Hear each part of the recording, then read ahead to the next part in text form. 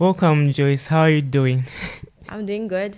And you? I'm doing great. Nice to be here. That's really amazing. No, there's one thing that's interesting about your name. Okay. That's difficult for me.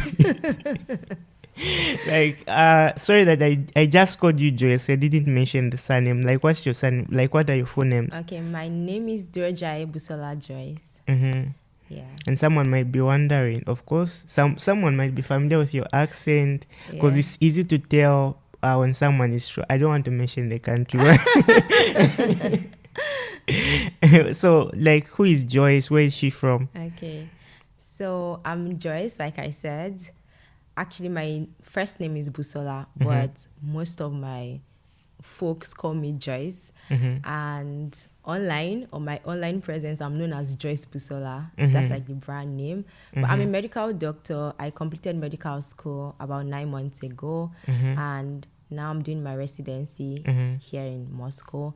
Actually, I lived in the north of Russia, or I schooled and lived in the north of Russia for 7 years. Wow. And I just recently moved to Moscow. Wow. Yeah, so I'm from Nigeria. I was born and bred in Lagos. The capital city. Yeah. So you're the lady from the city. I guess. Town people. I thought you'd mention a city that is not known, but it's good you're from Lagos. Yeah, I grew up in... I'm not from Lagos. I'm from Osun State, but I grew up in Lagos. Wow, that's really amazing. So you have been in Russia for approximately how many years? 8? Almost 8. So let's just say 7 years and a few months. Wow.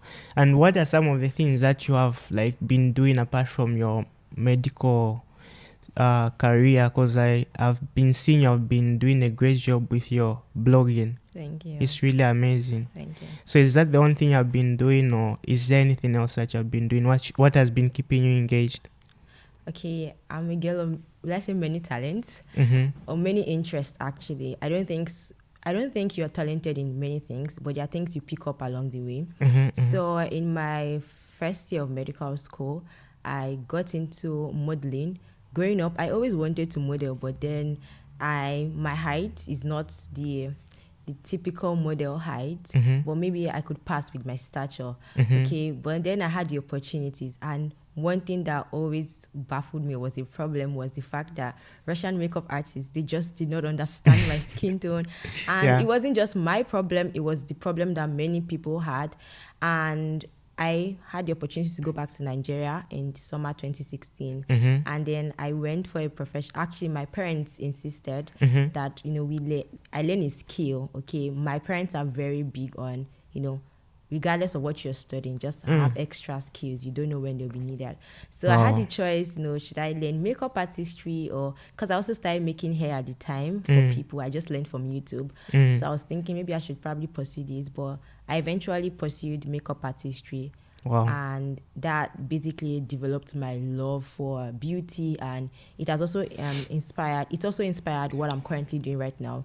I'm a resident doctor in dermatovenerology. So it was basically a problem that I had and many other people had. I don't know, let's say I carried the burden to solve that. So I became a makeup artist. Over time, I also realized that there were issues with, there were issues with Black, women getting access to beauty products. So I started a makeup store as well, an online makeup store. Wow. And over time, I used to come to Moscow. I said I lived in the north, but I used to come to Moscow every other summer to do master classes for like women, okay? And over time, it just grew to become a thing. So let's say being into business led me into content creation.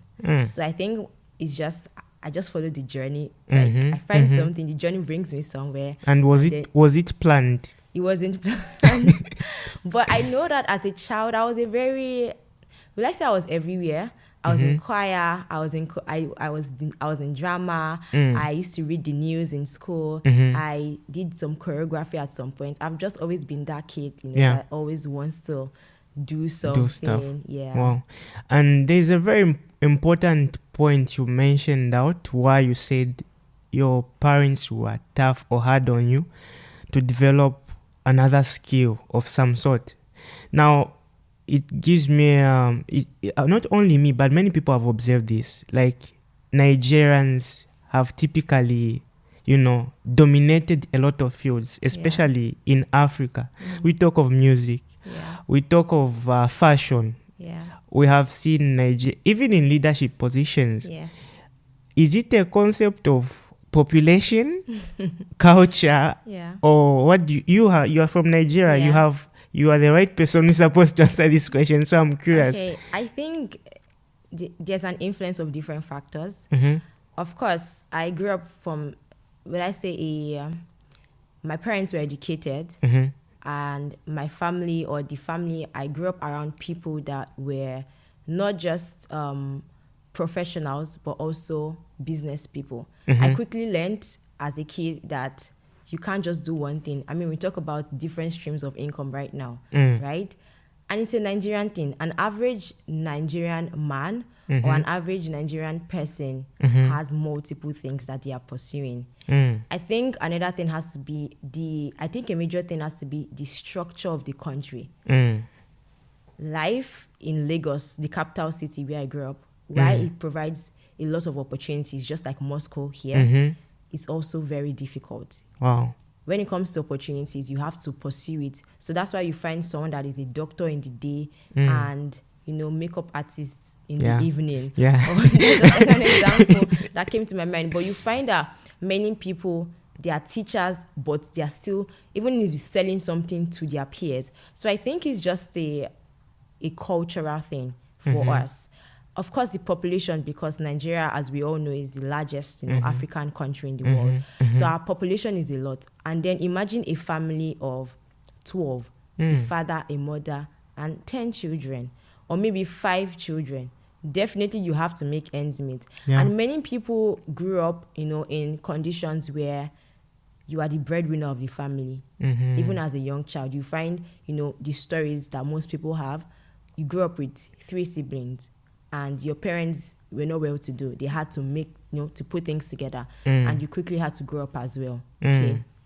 I think it just has to do with like the culture. And it's just the nature of Nigerians. I don't know. Even when I came here, I realized that people from different or other African countries are not as dogged as we are. Nigerians are everywhere. You see us in entertainment. I mean, I've gone for events where they call it an African event, but then 70% of the people involved are Nigerians. Nigerians, I think I don't know, you always call it like maybe it's a spirit that we have. We just have that spirit of seeing the possible, even in the midst of impossibility. Nigerians are the ones dominating tech. You see Nigerians, even the Nigerians that are outside, immigrants in other countries, we are still the ones dominating different spaces, in education, in business, in entertainment. So to answer your question, I would say it's a thing of both. It's both culture and the population, because we are a lot. Even here in Moscow, I was shocked to just realize that Nigerians are everywhere. And it's the same thing when you talk about other Western countries as well. I was shocked when I realized that Nigerians, we have a lot of Nigerians, even in Zambia. Even in South, I know South Africa is a bit close to them, but Zambia, Kenya, there are a lot of Nigerians. Nigerians are everywhere. Wow, that's really amazing. So, in short, you're saying the whole concept of dominance, there is a part of culture involved. Of course. There is a part of population involved. Yeah. Many of us were not raised, or let's say the economy or the government. Let's not put it on the government, but the environment. That's what I was going to say. The environment in which you grew up, made us into who we are, or the people that we've turned out to be. You're in an environment where you see, let's say, our parents, they watch their parents farm and probably still sell food to send them to school, even though they were not educated. So then you have our parents that have turned out to be professionals, doctors, teachers, yet they have to, it's like a generational thing. I was speaking with a taxi driver that actually brought me here, and he was talking about how he's been in Russia for 40 years. Wow. And he was saying that he shot by then I was not conceived. I was like, yes. And then talked about how, you see, so they've been your grandparents, they passed on knowledge to your parents, and then it's the same thing he's doing to someone like me. He's older than me. Apparently, he even schooled in Ruden, where I'm schooling right now. I mean, it was just trying to show me like the hierarchy of life, you pass it on from generation to generation. So Wow. I think it applies here as well. It's the same thing. Do you have like relatives here, or you're just like the only yeah. My parents schooled when during the SSSR period, the USSR period. Yeah, so let's say I've always had ties with Russia, but I didn't think I was going to come here. But at the time I was even coming, I had a family friend in Arkhangelsk at the time, and here in Moscow as well.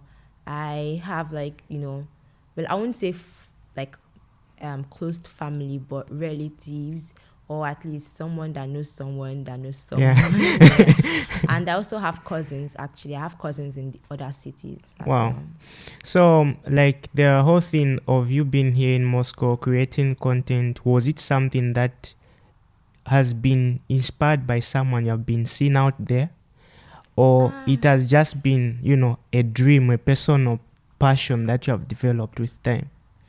So like I said, I think it's very interesting when you learn to look at life from the lens of it's a journey, not just the end result. It's a journey, it's a process.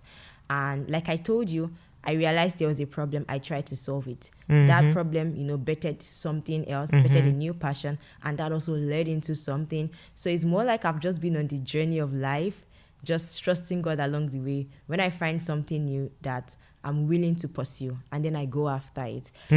Of course, there's also the influence of other people that you see, but I don't think it was a thing where I just sat down, okay, I think I would like to do this and do that and that. But no, I started this, I pursued it, saw where I fitted or where I could provide solutions. And definitely I've seen other people doing similar things, other people that have gone ahead of me, and I was like, oh yeah, this looks like something I would love to pursue. So as you currently we have a lot of social media platforms. We have TikTok, Instagram, Facebook, Twitter. Which amongst these is your favorite? So I think I love YouTube. YouTube is like in a league of its own. It's just okay, let me give an example. I have not been on social media, I mean Instagram, Facebook, Twitter, for about a month now, even though that's like where I work. But YouTube is available, and I found solace in YouTube. What's the words? I love YouTube because it's a diverse platform. It gives you the opportunity to just meet. I'm sure Instagram gives us the same opportunity as well, but I think I just love the fact that you get more worth of content on YouTube. I'm not sure if that's just like a personal bias, maybe because I'm a YouTuber. I think another thing, YouTube as a creator, the fact that YouTube offers me more opportunities in terms of revenue. Probably that should be the answer, not any other thing. But I find that YouTube is less distracting. I can curate what I decide to spend my time on. So let me give an example. On Instagram, you just carry and start scrolling, but then on YouTube the content takes you longer time to consume, and as a result of that you are very selective in what. I don't just carry and start watching a 1 hour video. No, but with Instagram it's 1 second, just click on a picture and move on. And for me personally, I think when it comes to managing your mental health, managing your time, Instagram, Facebook, Twitter can be very distracting. You're just doing like your work and say, oh, let me just, and then 2 hours you're on Instagram, just scrolling. Like, it's so easy. I actually was watching a documentary about social media, Instagram, and how the people that created these apps, they had one reason in mind. They want us, the users, to be glued, because that's what makes money for them. And I'm forgetting the particular term, but there's an effect that they have used, which is like the scrolling effect. That is why Facebook, Instagram, Twitter, everything has to do with scrolling, and it has something to do with our brain, our psychology. It's kind of intertwined. There is I've forgotten the term yes that they coined for it, but it's basically what they want. They want us to be glued on our phones because that's what makes them money. Ads are going to pop up. You are going to go back and oh, I would like to get this girl wore this, you know. So there's just that effect. And I think with YouTube is managed because of the longer, you know, watch time. the watch time of Wow. content. So has, like, for example, you have talked about, you mentioned a very interesting point of it affecting someone's mental health and stuff. Yeah. Like, you are a creator, talking from a creator point of view. Has what you have been seeing on social media affected the kind of content you create? Well, in the world of social media, or as a creator, it is important to create what your audience needs. And it means that you have to be on the lookout. What is a typical 20-year-old that is living in Russia looking for? And then I see another content on, maybe my $10 thrift haul, something like that. And they click, so yes, they'll be interested in something like this. So of course, like, it would affect the kind of content I'll create. Another thing is trending content, right? So for example, the situation going on in Russia and the fact that people are looking for information. They want to hear from people that are living here. Many people are looking for news sites. They don't want propaganda. They want to hear from individual news channel, right? Or individual media.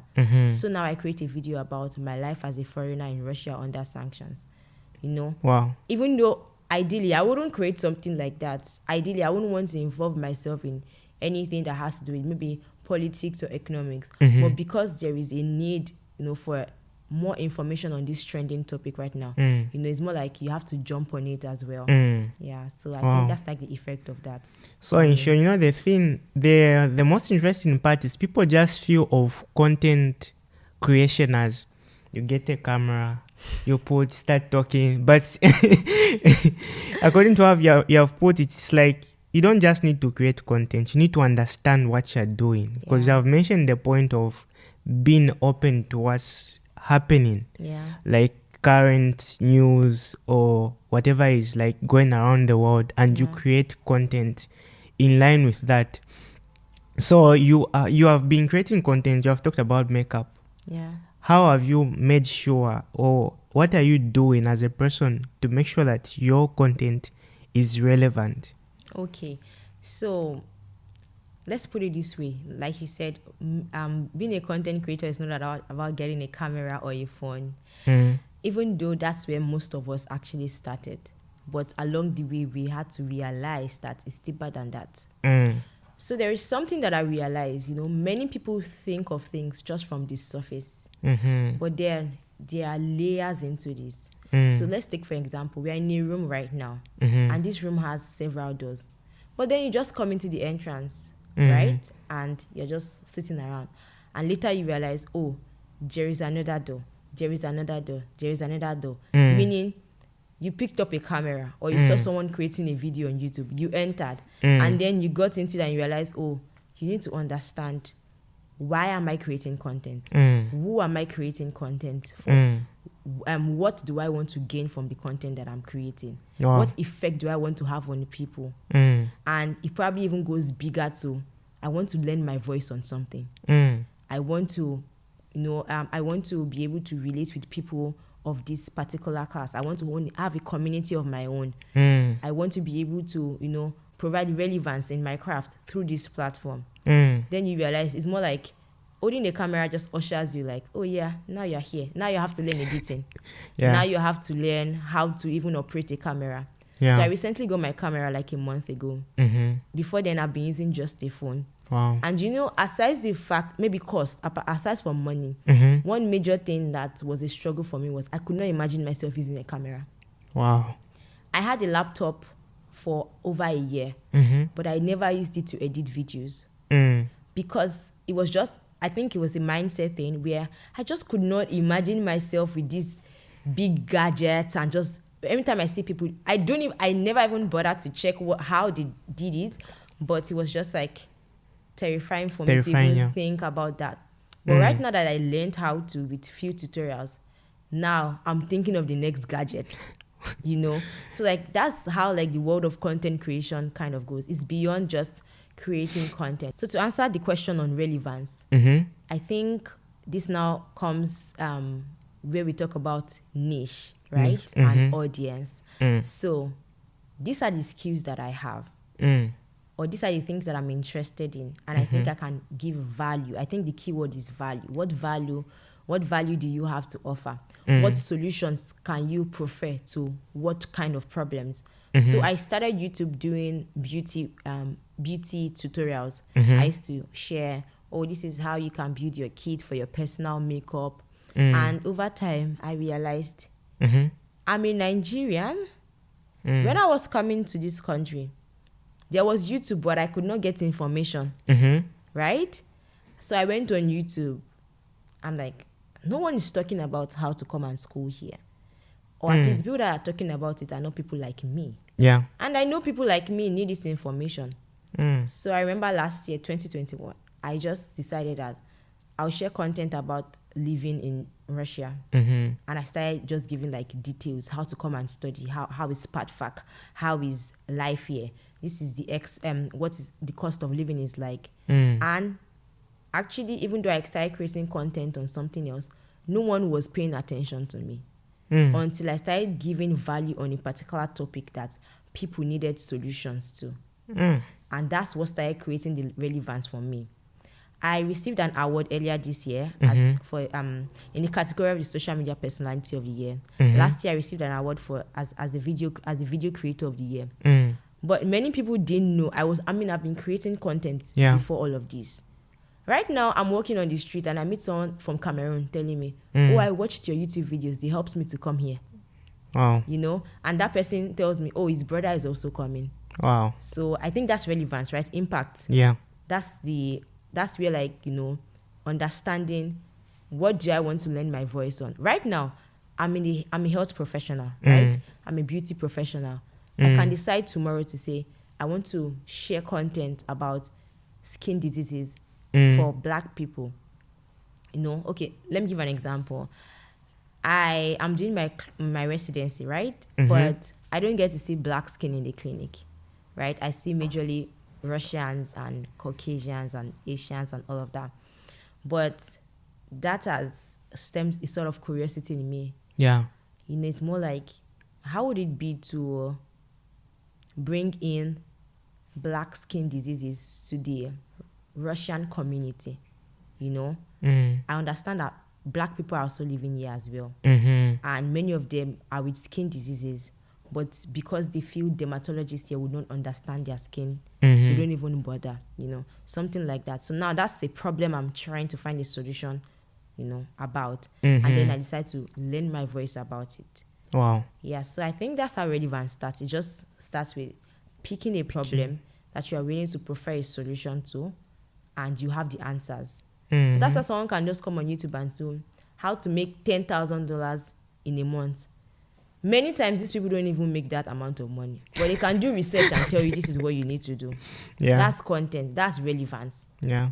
That's basically, you have to have something that people are willing to listen to. Yeah. And will keep them coming. So it's one important part. I just want to take you back a bit. You mentioned you picked up the camera. You didn't, at first you didn't know the kind of content you'd be creating. No. But what can be your, like, for example, what would you say when someone says, no, I don't want to start YouTube? There are a lot of people on YouTube. Why should I start YouTube? There are a million people on YouTube. Yeah. What's the purpose of me starting YouTube? There are those kinds of people who will be like, there's no need. And what's, like, for you, what's your message? Would you say, no, don't start YouTube, or would you encourage someone to start YouTube? I don't know why I'm laughing because I was once there where I felt like everyone's already creating content. But I think this takes me back to something we said earlier about hierarchy of life. You know, we have the older generation and then we have our generation currently. And the truth is, nobody, absolutely nobody can be like you. We don't, even if we have the same parents, we are siblings, our thought process will be different because our experiences are different as well. Even if we have gone to the same school, passed through the same teacher, the way we assimilate things, the way we see the world is very different. Yeah. That is why it is called YouTube. You. What do you have to offer? I like that one. Regardless of the topic. That's why we have, okay, I gave an example of how I was struggling with like using my laptop to record, or using to edit, and using my camera to record. 2 days back, I got this camera, but I've been operating on auto. I've never bothered to even learn the technicality of anything. But I was like, Joyce, if you have something in your hand and you don't maximize it, imagine you spend this amount of money on this camera and you don't maximize it to its fullest. You have been foolish about this purchase. If you are taking this as an investment, then you are not getting anything in return. So I picked up a few tutorials. But this person said this thing, and that person had something else to say. And I combined both knowledge to help me to operate this camera. So imagine if this other person said, there's already a tutorial about this camera. Why am I there? Somebody knows something that you don't know. Even if it's just one word. Yeah. Even if it's something similar. I also noticed that sometimes the delivery of a particular message is different. Yeah. Someone can come on this podcast, answer these same questions in a totally different way. Very true. And that's what makes it you. And that is why you should be there as well. You should be on YouTube. In fact, everyone should be creators. Why our lifestyle, our background, our upbringing is so different. Yeah. You see, I came to Russia. When I came to Russia, I've heard stories. And many of those stories are negative. There's nothing you can make out of being here in Russia. Russia has nothing to offer you as a black person. It's not good for you as an African person. Yeah. And here I am, 7 years later. I'm a doctor, I'm a makeup artist, I'm a beauty educator, I'm a content creator, I'm an entrepreneur, and the list continues. I serve on different platforms, and all this started from coming to this country that gave me some exposure that I could not get where I was. And even if I could have gotten that same experience or exposure where I was, it would be a different story now. But then there are still other people that have come here to say, it didn't work for me. I'm going back home. Very true. And that is life. And that is what we are coming to see. It's not about just... That's why you have favorites. You have your favorite lecturer. You have your favorite show. Your shows, they're all trying to entertain you, but one person will entertain you better than the other. Wow. You have your favorite comedian. They might crack the same joke, but you just like this person's aura. Yeah. You just like how this person talks. There are some times you go on YouTube, I just want to find someone that talks like me. Yeah. I'm not an American. I was having a conversation with someone about how I really wish I could change my voice. As someone that is in front of the camera, sometimes when you listen to yourself, you kind of cringe, like, ooh, stop me, like, I thought I sounded cute or whatever, but that's not how I sound. And I've had to learn that you have to accept yourself for who you are, and that is what you're bringing to the table. You are enough. You are the value that you're bringing. I am doing dermatology right now in Russia. That's what makes me different from someone that is doing this in America right now. So imagine if I say, okay, there's already content about this. I'm not going to, put out content. No. Okay, I'm watching this American YouTuber and later realized that, he actually has an origin. He was born in Russia, but his parents migrated. And that is why he's in America today. But then there is a situation right now, and he can come back to use his very big platform of 9 million subscribers to share or to lend his voice on a topic that is happening right now. Who would have thought? That is so. The point is, you are the person. It is you we are coming for. What are you offering, regardless of the niche or the topic that you want to talk about? Somebody would be able to relate to you. I got a comment on my YouTube channel about a particular topic, and someone said, thank you so much for making this video. You talked on some things that other YouTubers did not say. So even if it's just that one person that the video was for, it's enough. And that's why you should be there. Wow. So that's why I think that's what I would say to someone that thinks I shouldn't be there because many people are there. Why are you studying medicine when we already have a lot of doctors? Why are you in university? Many people are in university already, so why? So you have to believe that you have something to offer, and that is you. Your experiences are valid. Your background is valid.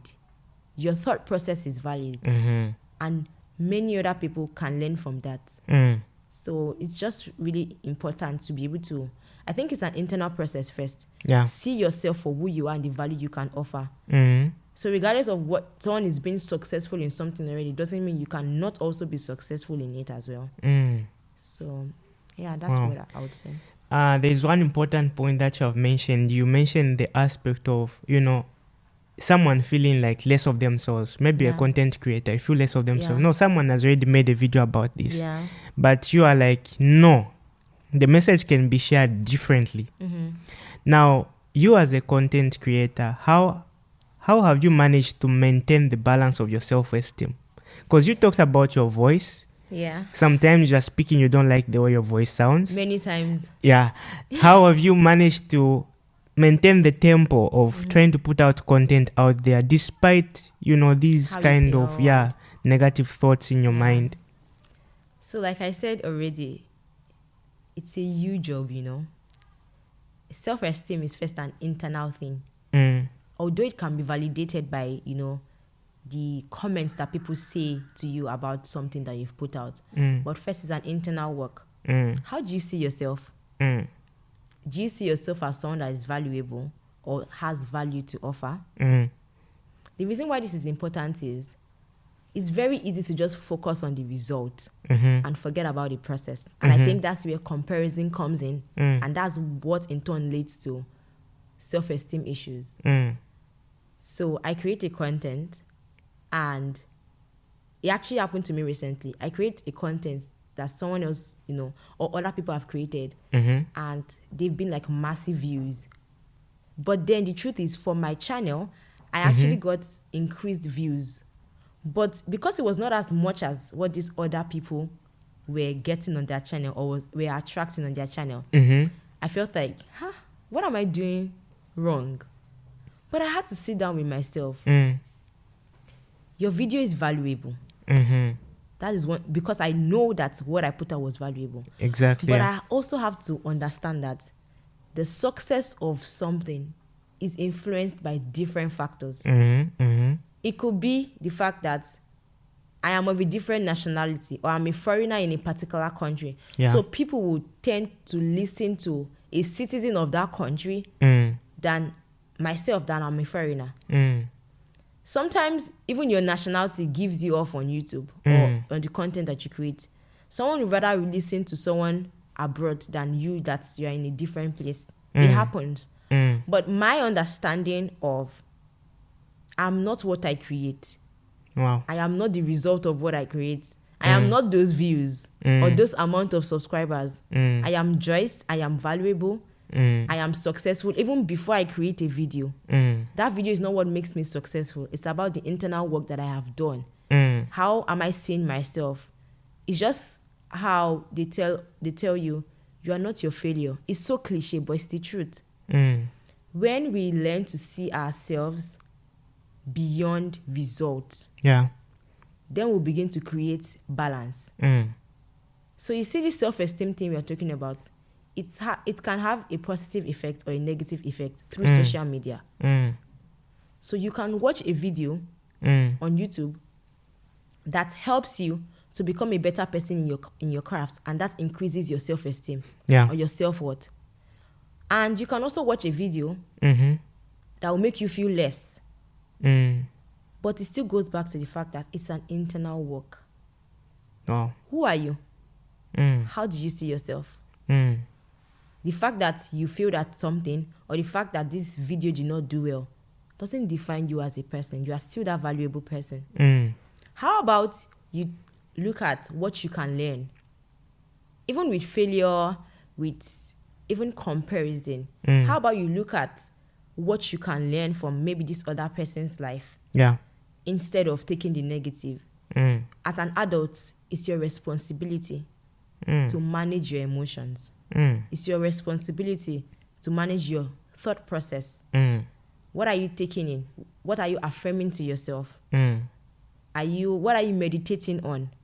Are you just staying on your failures and the numbers and By the way, social media, most times, they are curated content. I sit down in my house, put lights, camera, settings, wear clothes, and come in front of you. Even when I'm doing vlogs, this is what I choose to show you. Yeah. And you need to understand that they also have bad days, Yeah. So if you're comparing yourself and allowing that to get to you to affect your self-esteem on the highlights, based on the highlights of people's life, I think you're doing yourself a disservice. And like I said, the most important thing is to remember that it is your personal responsibility to manage your mind, your thoughts. They say self-awareness, self-acceptance. I feel like self-love as well also comes from this.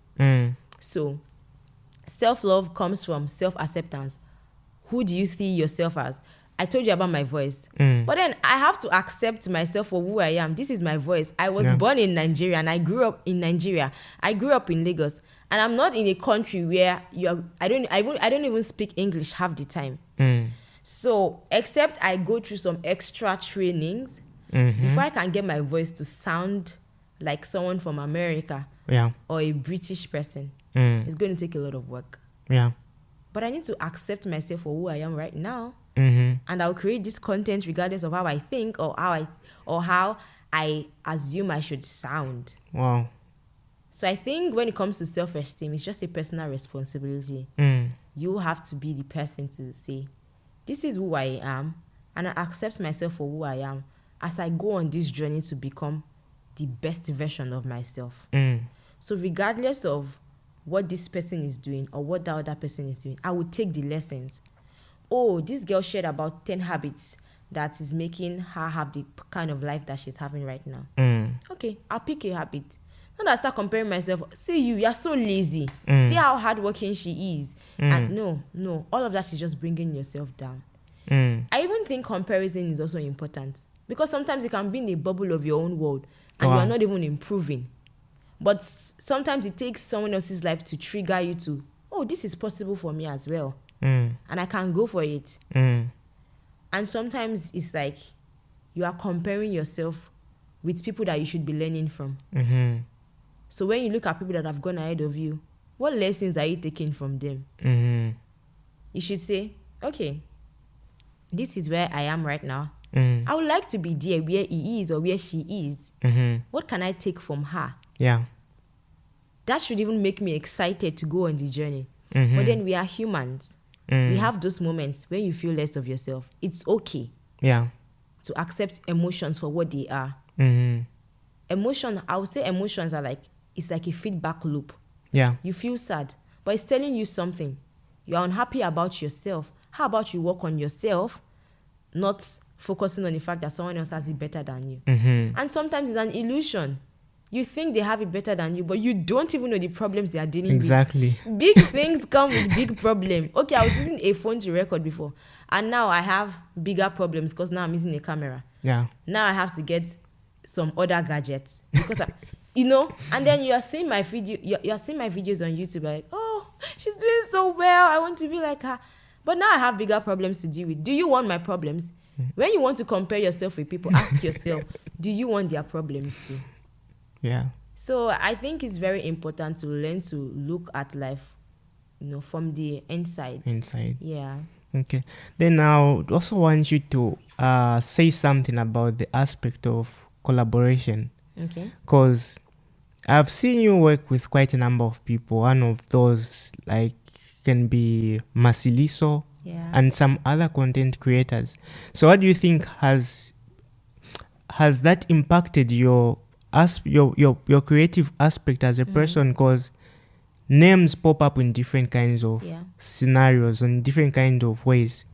And one of the most interesting things, because we had a conversation, and I was like, who is one of the most outstanding people that is from Nigeria? And your name popped up. How has that affected you and your brand personally? Because that's the person who mentioned, who are talking about you, also people from Zambia. So has that been as a result of how have you managed to collaborate with other people or from other countries, and how has that affected your brand as Joyce? Okay, so I'll always say collaboration over competition, any day, anytime. Mm-hmm. You mentioned Mercy. Mercy is my friend.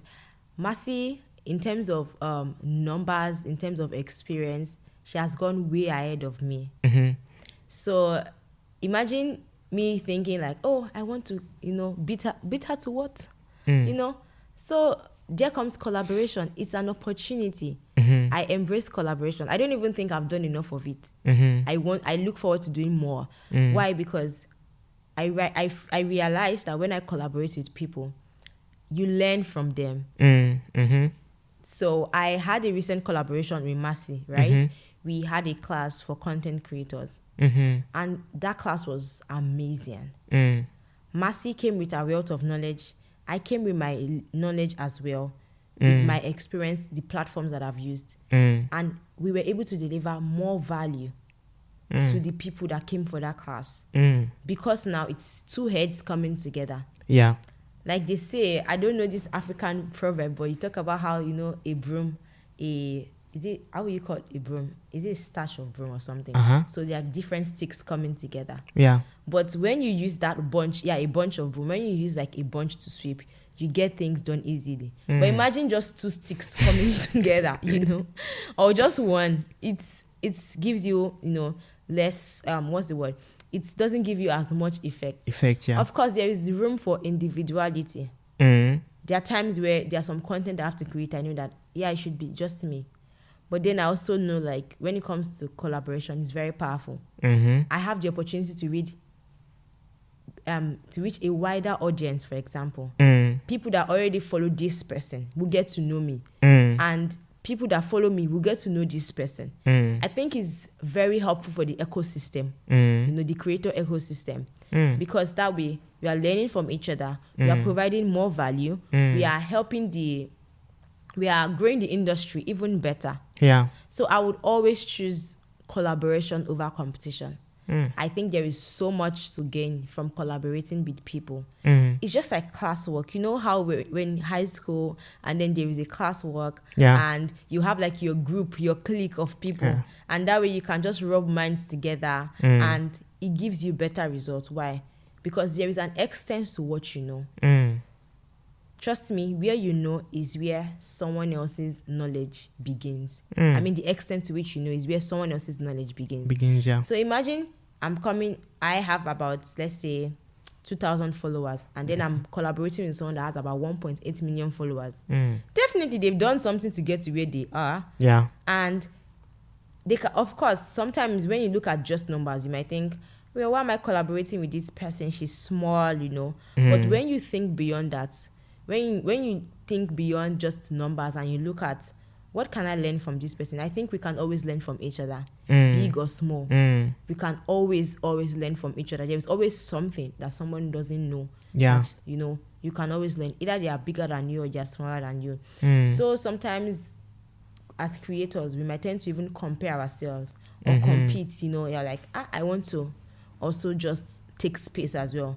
But I find that with collaborations, you are exchanging value, either numbers, either audience, either knowledge. You are exchanging value. The moment someone understands this, I feel that's the more like the eureka moment of content creation. Yeah. Because many people want to compete. Yeah. I see you have a nice video. I want to ask, what camera do you use? Not because I like the camera, but I want to compete with you or buy something bigger than you. Well, okay, when I listen to what you said right now, I think that should be allowed. Let me explain. I think it's about where is it coming from. For example, the fact that I got my camera was inspired by my friend that is also a YouTuber that got a similar camera. I saw the quality of her content. I'm like, this is so good. And then my friend keeps pushing me, you should get your camera as well. Yeah.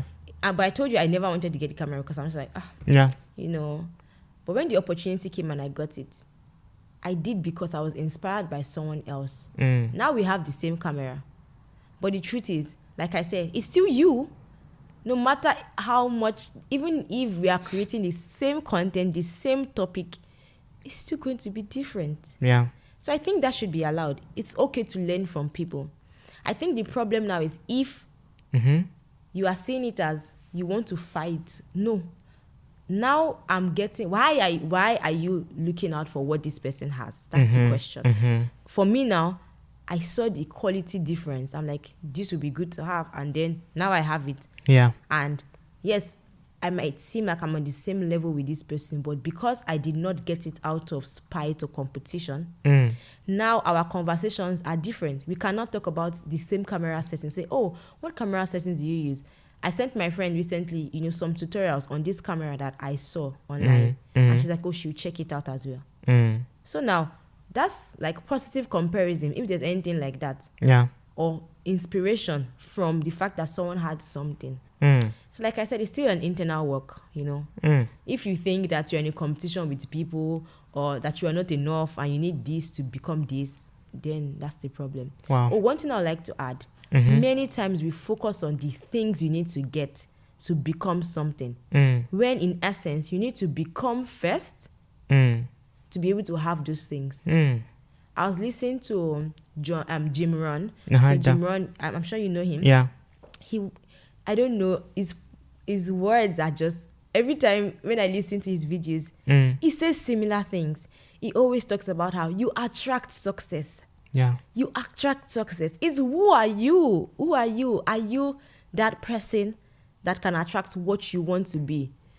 Sometimes people say this thing, it's kind of cliche, but they say, who do you want to be like? Start acting like that person. Yeah. So what does this person's morning routine look like? Yeah. What does their night routine look like? Where do they go to? Who are they speaking with? Who are their friends? And then you basically become that person so that you can attract what you need. So this just goes back to the whole subject on collaboration, competition, self-esteem. It's all intertwined. Yeah. Who are you becoming? It will attract people to you. I mean, you said someone mentioned my name when you were thinking, who can we speak with about Nigeria on this? It's about who I am. It's not about anything. Probably the person has heard me speak before, or the person has observed my way of life, or just has seen my video on YouTube. I'm like, oh yeah, this girl, she has something that should offer. But the point is, before I got a professional camera, I was still confident in what I was doing. Yeah. When I was on 1 subscriber, I remember when my channel had 30 subscribers.